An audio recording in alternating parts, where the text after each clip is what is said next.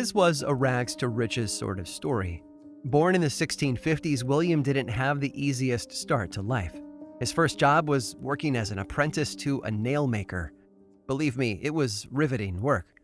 But by the 1670s, he was so wealthy he owned a country estate of his own, outside Birmingham, and life was good for a very long time. There was, however, always that nagging feeling in the back of his mind, that fear that one day he might get caught. You see, William Challoner didn't earn his fortune the honest way. No, he made his money. Literally. His business was counterfeiting. So when the warden of the Royal Mint started tracking him down, he knew the jig was up. By 1699, he had been arrested, tried, and sentenced to death by hanging.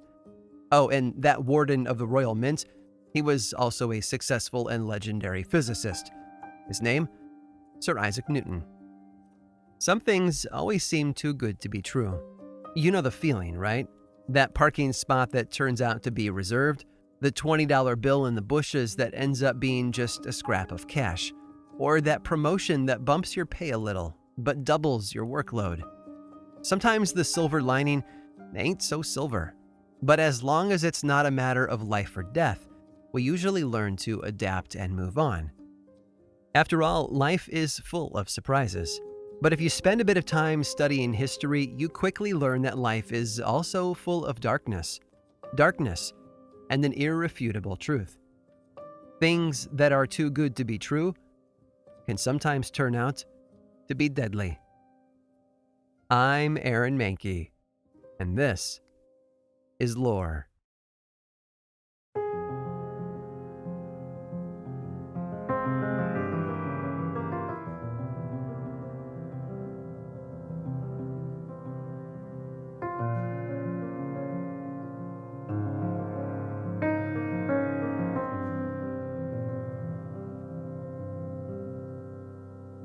To understand their problem, we first have to understand their politics. And for the English in the 1640s, that began with civil war. The reasons for those wars started decades earlier. Now remember, all through this era of English history, you have these opposing threads. There were those who thought that the monarchies were great and supported having a king, and they were called royalists. I think that name makes a lot of sense. And then there were the supporters of the English Parliament, who thought that the people's representatives should have more say in government, and they were called parliamentarians. Yes, that word is a lot more weird, but it still carries its meaning well. And during the late 1630s, these two sides were brushing against each other, creating all sorts of friction. Please hold tight. I'm going to explain why all of this is important in a moment. Just remember that history always makes better sense when you display it with the context, the other little details that help the larger picture be more clear. Think of historical context like 3D glasses in the movie theater. Without them, the picture seems confusing. With them, though, it comes to life. During the English Civil War, King Charles I led his royalist forces in battle all over the place against the parliamentarians. But in the fall of 1648, he lost to a guy named Oliver Cromwell. King Charles was subsequently put on trial, found guilty of tyranny, and executed by beheading on January 30th of 1649. Now, the conflict would continue, and after some back and forth, Charles's son, Charles II, would reclaim the throne. But what's important for us to take note of is the king's execution. Think about it for a moment. The people of England had watched their divinely appointed ruler die by human hands. It caused people to question the two most powerful forces in their lives, God and government. It shattered so many worldviews. But then it got worse. The 1640s turned out to be one of the coldest decades on record in England. Scientists today know that it was part of a larger weather pattern called a Little Ice Age. But for the people living through it, it was just hell. Crops died. Food was scarce. Poverty spread like wildfire, as did disease. All of a sudden, even the things people used to have control over, their crops and their ability to provide for their families, was breaking down. And if you add it all up, the perceived failures of God and government, the famine and disease, even the weather itself turning against them, it's easy to see why everyone was in a constant state of fear. And that's the world that was instantly hostile to anything resembling witchcraft. If you've ever wondered why people in England were able to believe in spirit familiars, or a witch's power to kill an infant without touching it, or even to blight their crops, this was why. Everyone was afraid, and they were looking for a reason they could fix and control. Now, I could tell you all about the different witchcraft acts that were passed in England and Scotland. I could tell you all about the legislation that was designed to enforce godliness. But the best way to see the public fear is through the lives of those who preyed upon it, namely, the witch hunters. The most famous of them was a guy named Matthew Hopkins, and we've discussed him here in the past. He was the ultra-conservative son of a Puritan clergyman, and during his brief career he was responsible for hundreds of convictions, most of whom were then executed. But he was just one of a larger community of itinerant witchcraft experts, and their work was devastating. I think the biggest reason why there were so many witch hunters is that it was such a lucrative occupation. Again, remember all that fear. Communities all over England were in a panic, and anytime something even remotely unexplainable happened, accusations of witchcraft would be thrown around. Add to that the common practice of using witchcraft as a tool to get rid of unwanted people, basically by making up accusations and letting the system remove them from your life. And I think it's easy to see why these witch hunters were so busy. And all that business made them wealthy too, because towns would pay whatever was necessary to get rid of the evil in their midst. How did it work? Well, a desperate town would send a letter out to a witch hunter with a good reputation for results and invite them to come help. After arriving, this individual would interview suspects, looking for leverage and a reason to go deeper. And when they found it, they would have those suspects arrested, despite not having the legal authority to do so. Suspects would then be interrogated through mild types of torture. Some people wouldn't be allowed to sleep.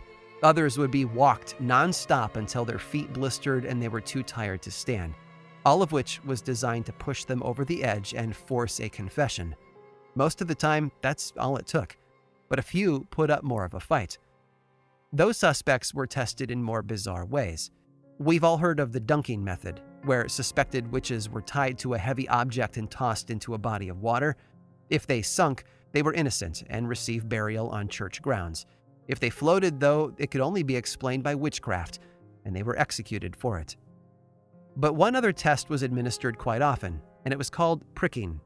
You see, witches were believed to have small marks on their body where their familiars fed from, and it was commonly believed that these spots were absent of pain and rarely bled. So if you were to prick one with a sharp needle, a real witch wouldn't feel it, and the wound would show no blood. Now, Matthew Hopkins was England's most famous hunter, but what most people don't realize is that the laws of the country prevented him from doing more damage than he actually did.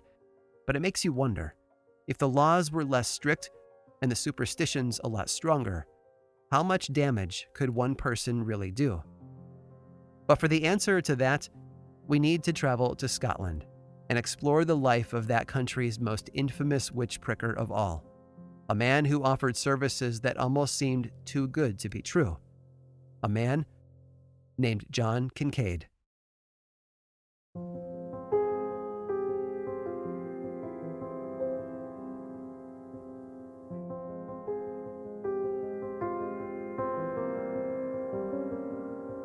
He was an international man of mystery.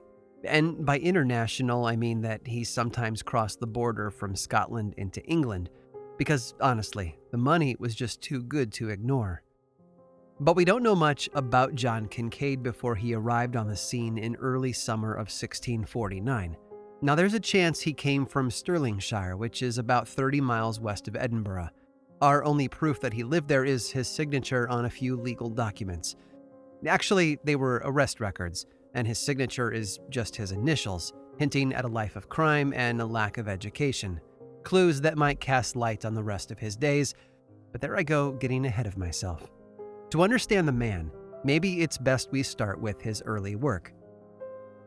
In June of 1649, he pops up on legal documents involving a woman named Marian Inglis. The accusations involve the usual demonic activity you might expect from a witch trial. Marian was said to have caused illness and death and had made a bargain with the devil. What is also clear from the court documents, though, is that Marion's neighbor, the woman who accused her, had gotten into an argument with her over unpaid debts. She hated Marion, and putting her up for accusations of witchcraft was a way to stab her in the back. John Kincaid arrived in the middle of all of this, and then the town asked him to get to work. His job was to prove the accusations were true, to use his tools to test her, and to get a confession. But it seems that his first performance was a bit of a bust. Not only did Marion Inglis refuse to confess, but when he used the needle to prick her witch marks, they bled. A month later, though, he was back at it.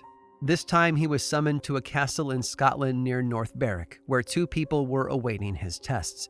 But here's the crazy thing about this episode.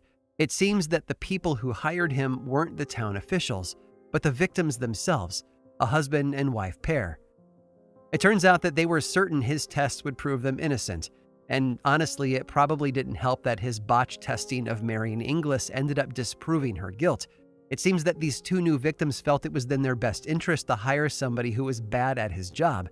But in a dark twist of fate, his methods worked, and they were both found guilty of witchcraft. They were executed a short while later. This time, word began to spread about his skill and success, and that newfound reputation led him to Newcastle upon Tyne, where a local Puritan council was stirring up a witch frenzy of their own. Their battle cry seems to have been a passage from the Old Testament book of Exodus that says, "Thou shalt not suffer a witch to live," and they were out for blood. They even paid a bell ringer to walk through the streets of town, shouting out what was basically a marketing pitch designed to inspire fear. "Come forward," he shouted, "all ye who have an accusation of witchcraft. Devils, murderers, mad dogs, they be among us. The devil stalks us. His stench chokes our fair town, and his hordes practice their evil arts. The end days are upon us. Who are the witches and wizards? Show us. They shall be brought to justice. They shall be tested by the witch pricker." Heavy stuff, right? And this is the sort of community that John Kincaid arrived to find. This town was in search of a scapegoat, and soon enough everyone pointed their finger at the types of people we would expect them to. The poor, the elderly, local healers who serve their neighbors with unusual methods. You know, the outsiders, the others. And because John Kincaid was paid the modern equivalent of roughly $200 per prosecuted witch, he got busy bringing all of them in. When it was all said and done, he had pushed 30 people through the gauntlet of interrogation, witch pricking, and trial. Satisfied with the results of his skilled investigation, 27 of the accused were found guilty, and at least 14 were hanged that August. But as John Kincaid left town, his pockets filled with generous amounts of coin, problems were beginning to brew. You see, at least one of the accused who was still awaiting execution had requested a second opinion. She asked for a new person to test her witch marks with a fresh bodkin, a sort of thick needle mounted in a wooden handle typically used for sewing. And that test caused pain and drew blood. It seems that not everything about John Kincaid was on the up and up, and as word spread, his growing fame was about to collide with an equal yet opposing force: suspicion.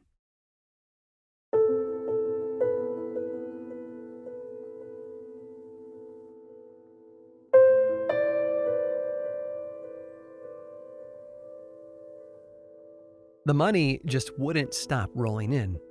A few months after his time in Newcastle upon Tyne, Kincaid was called to Dunfermline, a town just across the bay from Edinburgh, and it was a healthy payday for him. His target there was a young woman named Bessie Morton, who he examined and found guilty of being a witch. For his services on that single day, he earned about as much money as one laborer could expect to earn in an entire year, and all he had to do was show up, use his bodkin to prove the suspects were a witch, and then pocket the coins. In April of 1650, he was called to a tougher case. Catherine Walker had been accused of being a witch thanks to her unorthodox religious practices and all-around bad attitude. How bad? Well, it seems that she once kicked a man in the groin so hard that he died from the injury. Others believe that she had killed her own children and cursed others in town to great suffering. Catherine was a tough suspect for John Kincaid. She refused to confess, and even after he applied a bit of torture, she still professed her innocence. So John pulled out his trusty bodkin, that thick metal needle mounted in a wooden handle resembling an antique screwdriver, and magically found the evidence he needed. Her witch's mark refused to bleed, and so she went to jail. And as far as I can tell, he did this for years, traveling wherever he was needed and participating in that exchange of goods and services that made him so famous. He would provide proof and security, and they would provide gold and silver.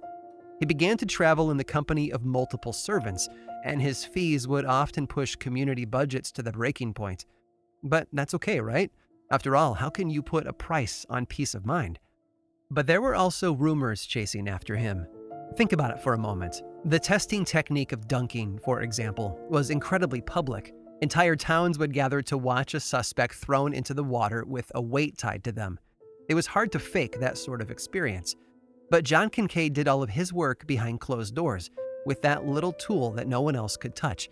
It was suspicious enough to make people wonder, was he telling the truth? And then, in April of 1661, something happened. All of those small local flames of witchcraft that popped up every now and then suddenly exploded into a national terror. Over the 16 months that followed, historians estimate that upwards of 650 people were accused of being witches, and hundreds of them were executed. And right there in the middle of it all was John Kincaid. It was, after all, the grandest stage for all his skills and services. The big show, if you will. And if handled well, it could turn him into a legend and be the biggest payday of his career. You know, the important stuff. So that July, he was called to help a town with a major problem. Not one suspected witch, but many. Among them were Catherine Hunter, Isabel Ferguson, Bessie Moffat, and Elspeth Graham. But it was elderly midwife Beatrix Leslie who drew the most attention. So that's where Kincaid focused his efforts.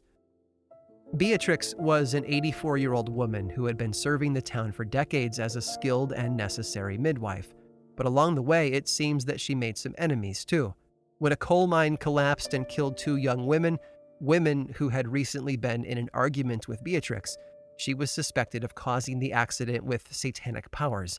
Others claimed that she took the form of a cat and used odd rituals during the births she oversaw. And John did the job he was hired to do. He interrogated the elderly woman and found more than a few witch marks on her skin.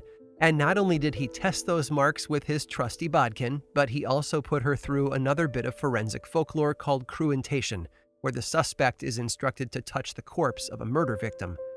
In her case, the corpse bled, clearly showing her to be the true killer. And together with the evidence from her interrogation, Beatrix and the others were executed in September of 1661. Adding their names to a long and growing list of victims of the national firestorm that would come to be known later as the Great Scottish Witch Hunt. But it wouldn't last forever. You see, that massive national panic provided a huge sample of new data. It was difficult to find flaws in testimony and evidence when there were only a handful of cases to examine. But when there were nearly 700 of them, all of a sudden the problems became apparent. And it seems that across the board, much of the evidence failed to hold up to scrutiny. So in the spring of 1662, Scotland's Privy Council ruled that it was no longer legal to arrest witchcraft suspects without an official warrant from their office. They also fired a shot directly at people like John Kincaid, making it illegal to torture suspects or to engage in witch pricking. And just like that, his career was brought to an end. And that seemed to open the floodgates for all those suspicions that people had about his work. Soon enough, stories were pouring in about his unusual level of cruel interrogation. They complained about his use of torture. But most of all, they expressed a suspicion that turned out to be fairly common among the communities he served, that his special witch-pricking bodkin was rigged. It turns out that his needle was retractable, sort of like those fake knives you can buy at a local carnival. When pressed against the skin of a suspect, the needle simply moved deeper into the wooden handle rather than into the flesh. No needle, no blood, and that allowed him to earn money on suspects sent to trial. For his crimes, John Kincaid was arrested in the summer of 1662 and quickly imprisoned. He'd had a good run at it.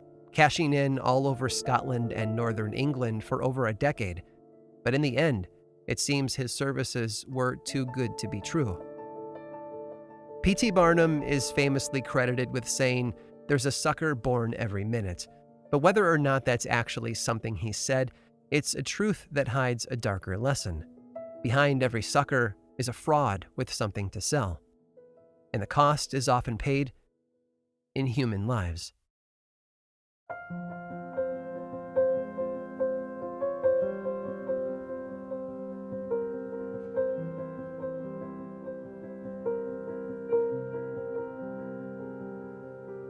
It's that age-old advice that never seems to go out of style. If something seems too good to be true, they say, then it probably is. I can't help but think of the hucksters of a century ago, the snake oil salesmen promising miracle cures from their secret tonic in a little glass bottle, or the Fiji mermaid that P.T. Barnum displayed in his American Museum in 1842. It takes a certain amount of courage to build lies that elaborate and fantastical, and while many dismissed them out of hand, just enough people fell for them that these frauds, in modern terms, went viral. What's most disturbing about the story of John Kincaid, however, is the way in which he and others like him preyed on the fears and faith of 17th century Scottish citizens. The services of witch prickers weren't meant to offer immediate peace. In fact, I think it could be argued that they were meant to increase the panic in town.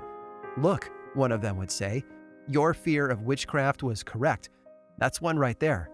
Now pay up."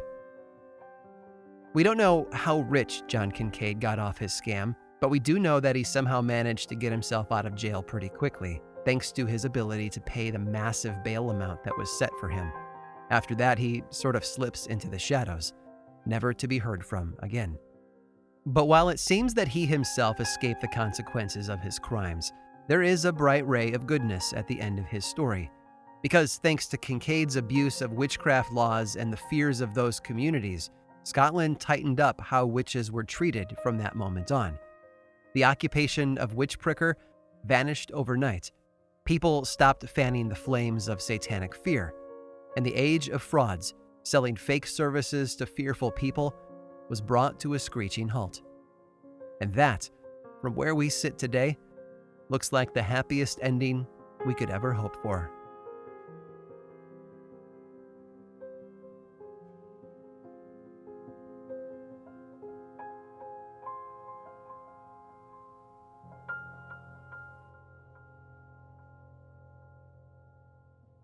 John Kincaid offers us a glimpse into the dark and twisted world of individuals who exploited fear to build a career. But he wasn't the only one. In fact, there's another individual I'd like you to meet, whose tale is absolutely filled with lies. Stick around after this brief sponsor break, and I'll tell you all about it.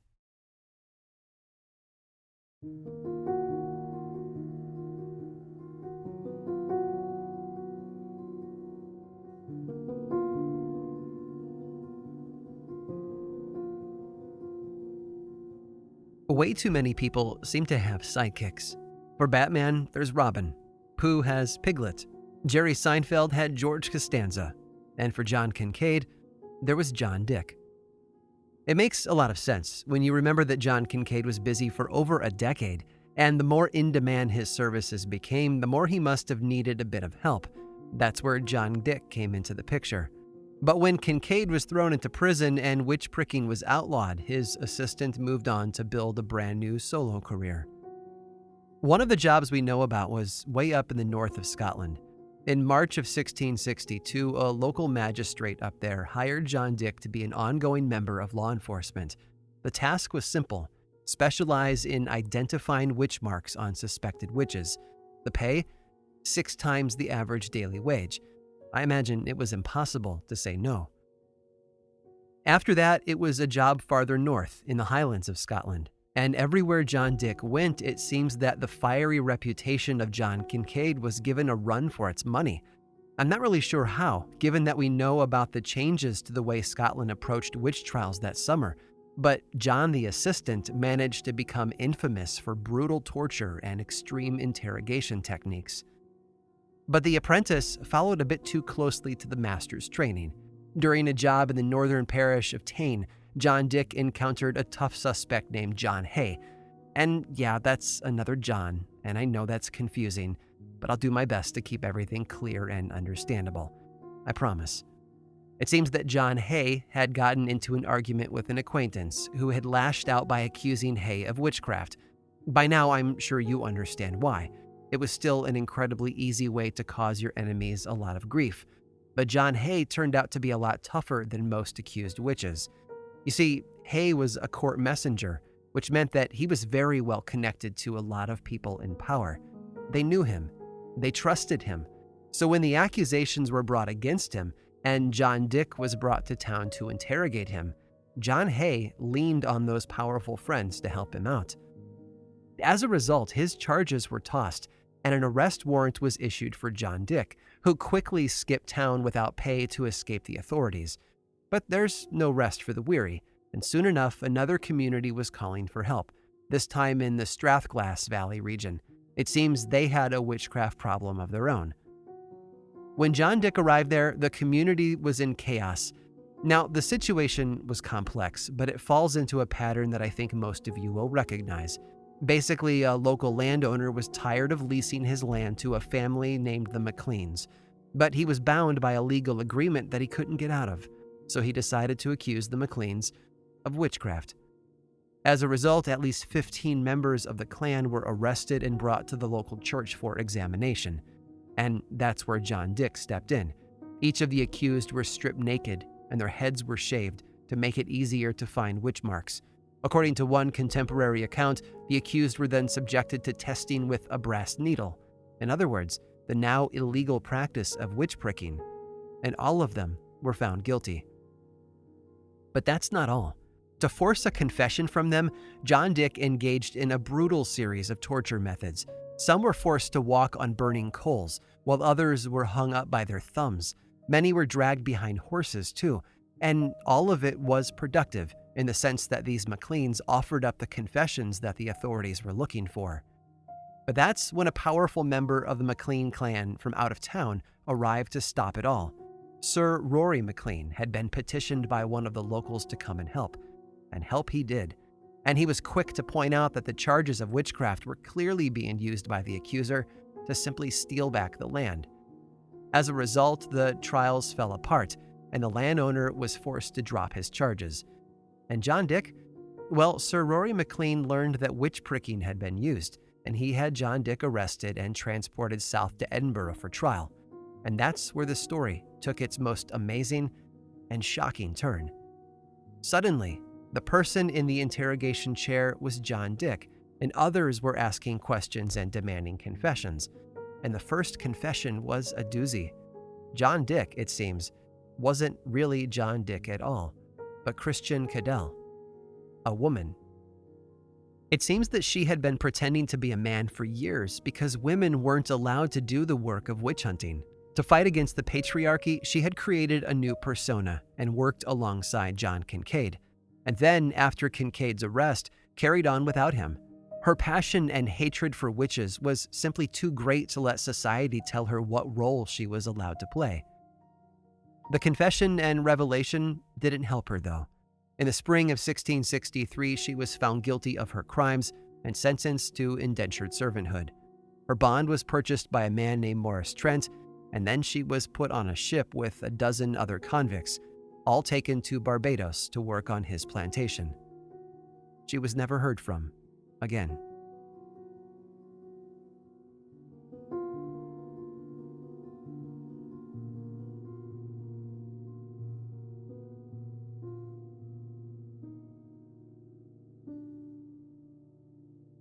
This episode of Lore was written and produced by me, Aaron Mankey, with research by Ali Steed and music by Chad Lawson.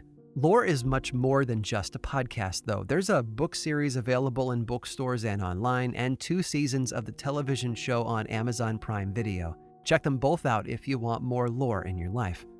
I also make and executive produce a whole slate of other podcasts, all of which I think you'd enjoy. My production company, Grim and Mild, specializes in shows that sit at the intersection of the dark and the historical. You can learn more about all of those shows and everything else going on over in one central place, grimandmild.com. And you can also follow this show on Twitter, Facebook, and Instagram. Just search for Lore Podcast, all one word, and then click that follow button. When you do, say hi. I like it when people say hi. And as always, thanks for listening.